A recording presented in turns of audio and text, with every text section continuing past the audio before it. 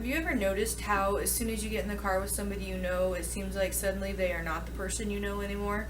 Even the sweetest old lady gets behind the wheel and suddenly she is not so sweet when she is stuck in traffic with places to be.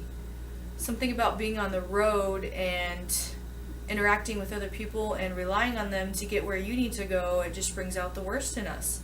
We just get so irritated and frustrated. And society upholds a certain standard to us to how we're supposed to act in public and interact with other people. And for some reason, we get behind the wheel and that's just out the window. Today I'd like to talk to you about driving etiquette, why it's so important, and how you can apply it to your daily driving. Etiquette is defined as a customary code of behavior, polite behavior in society, and for some reason people fail to remember that even though they are in their personal cars, they are still in the public interacting with other drivers and should be behaving in a polite manner.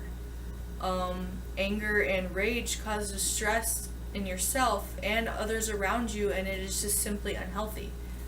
According to a study by Harvard Health Watch, the average American spends 1 hour and 40 minutes on the road each day, and 80% of those drivers express significant anger and aggression on the road, known as road rage.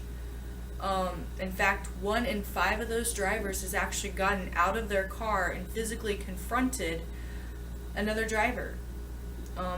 Also, 81% of drivers have been victims of road rage. And not only is it rude and unnecessary, but it's a safety concern because it causes distractions.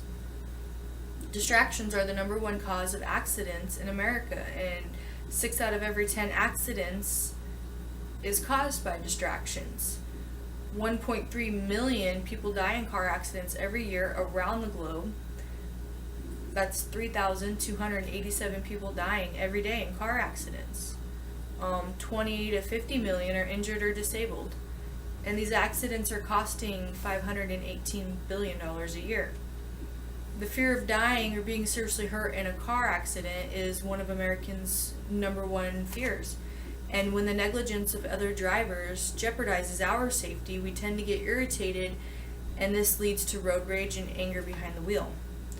There are several things that you can do to ensure you are performing driving etiquette on the road, such as simply following the laws, rules, and regulations of the road, following all street signs and road markings, street lights, actually slowing down for a yellow light instead of speeding up, following speed limits, using your turn signals, using your headlights appropriately so that you can see the road but yet you aren't blinding oncoming traffic.